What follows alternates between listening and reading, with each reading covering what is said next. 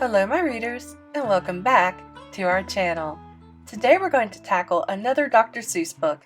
This one is called Horton Hatches the Egg. Sighed Mayzie, a lazy bird hatching an egg. I'm tired and I'm bored and I've kinks in my leg from just sitting here day after day. It's work! How I hate it. I'd much rather play. I'd take a vacation, fly off for a rest, if I could find someone to stay on my nest. If I could find someone, I'd fly away free. Then Horton the Elephant passed by her tree. "Hello!" called the lazy bird, smiling her best. "You've nothing to do, and I do need a rest. Would you like to sit on the egg in my nest?" The elephant laughed. "Why, of all silly things! I haven't feathers and I haven't wings. Me on your egg? Why, that doesn't make sense. Your egg is so small, ma'am, and I'm so immense." "Tut, tut," answered Mayzie. "I know you're not small, but I'm sure you can do it. No trouble at all. Just sit on it softly. You're gentle and kind. Come, be a good fellow. I know you won't mind." "I can't," said the elephant. "Please," begged the bird. "I won't be gone long, sir. I give you my word. I'll hurry right back. Why, I'll never be missed." "Very well," said the elephant, "since you insist. You want a vacation? Go fly off and take it. I'll sit on your egg and I'll try not to break it. I'll stay and be faithful. I mean what I say." "Toodaloo!" sang out Mayzie, and fluttered away. The first thing to do," murmured Horton. "Let's see. The first thing to do is to prop up this tree and make it much stronger. That has to be done before I get on it. I must weigh a ton." Then carefully, tenderly, gently he crept up the trunk to the nest where the little egg slept. Then Horton the Elephant smiled. "Now that's that." And he sat, and he sat, and he sat, and he sat. And he sat all that day, and he kept the egg warm, and he sat all that night through a terrible storm. It poured, and it lightened, it thundered, it rumbled. "This isn't much fun," the poor elephant grumbled. "I wish she'd come back, 'cause I'm cold and I'm wet. I hope that Mayzie Bird doesn't forget."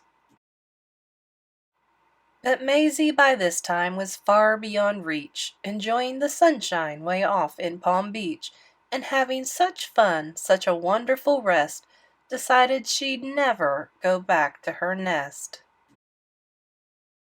So Horton kept sitting there, day after day, and soon it was autumn. The leaves blew away, and then came the winter, the snow and the sleet, and icicles hung from his trunk and his feet. But Horton kept sitting, and said with a sneeze, "I'll stay on this egg, and I won't let it freeze.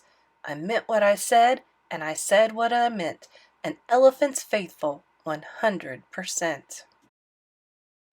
So poor Horton sat there the whole winter through, and then came the springtime with troubles anew. His friends gathered round, and they shouted with glee, "Look, Horton the Elephant's up in a tree!" They taunted, they teased him, they yelled, "How absurd! Old Horton the Elephant thinks he's a bird."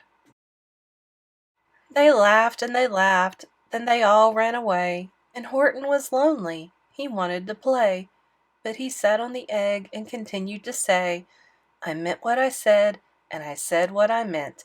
An elephant's faithful, 100%. No matter what happens, this egg must be tended." But poor Horton's troubles were far, far from ended, for while Horton sat there so faithful, so kind, 3 hunters came sneaking up softly behind. He heard the men's footsteps. He turned with a start. 3 rifles were aiming right straight at his heart.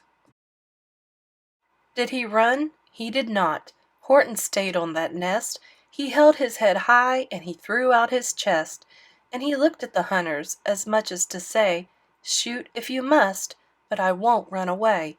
I meant what I said, and I said what I meant. An elephant's faithful, 100%. But the men didn't shoot, much to Horton's surprise. They dropped their 3 guns, and they stared with wide eyes. "Look!" they all shouted. "Can such a thing be? An elephant sitting on top of a tree? It's strange, it's amazing, it's wonderful, new. Don't shoot him, we'll catch him. That's just what we'll do. Let's take him alive. Why, he's terribly funny. We'll sell him back home to a circus for money." And the first thing he knew, they had built a big wagon with ropes on the front for the pullers to drag on. They dug up his tree and they put it inside, with Horton so sad that he practically cried. "We're off!" the men shouted, and off they all went, with Horton unhappy 100%. Up out of the jungle, up into the sky, up over the mountain 10,000 feet high. Then down, down the mountains, and down to the sea went the cart with the elephant, egg, nest, and tree. Then out of the wagon and onto a ship, out over the ocean, and oh, what a trip! Rolling and tossing and splashed with the spray, and Horton said day after day after day, "I meant what I said, and I said what I meant, but oh, am I seasick, 100%. After bobbing around for 2 weeks like a cork, they landed at last in the town of New York. "All ashore!" the men shouted, and down with a lurch went Horton the Elephant, still on his perch, tied onto a board that could just scarcely hold him. Bump! Horton landed, and then the men sold him. Sold to a circus, then week after week they showed him to people at 10 cents a peek. They took him to Boston, to Kalamazoo, Chicago, Weehawken, and Washington too, to Dayton, Ohio, St. Paul, Minnesota, to Wichita, Kansas, to Drake, North Dakota, and everywhere thousands of folks flocked to see and laugh at the elephant up in a tree. Poor Horton grew sadder the farther he went, but he said as he sat in the hot, noisy tent, "I meant what I said, and I said what I meant, an elephant's faithful, 100%. Then one day the circus show happened to reach a town way down south, not so far from Palm Beach, and dawdling along way up high in the sky, who, of all people, should chance to fly by, but that old good-for-nothing bird, runaway Mayzie, still on vacation, and still just as lazy, and spying the flags and the tents just below, she sang out, "What fun! Why, I'll go to the show!" And she swooped from the clouds through an open tent door. "Good gracious!" gasped Mayzie. "I've seen you before!" Poor Horton looked up with his face white as chalk. He started to speak, but before he could talk,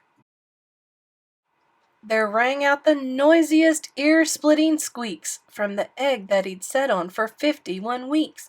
A thumping, a bumping, a wild alive scratching. "My egg!" shouted Horton. "My egg! Why, it's hatching!" "But it's mine!" screamed the bird when she heard the egg crack.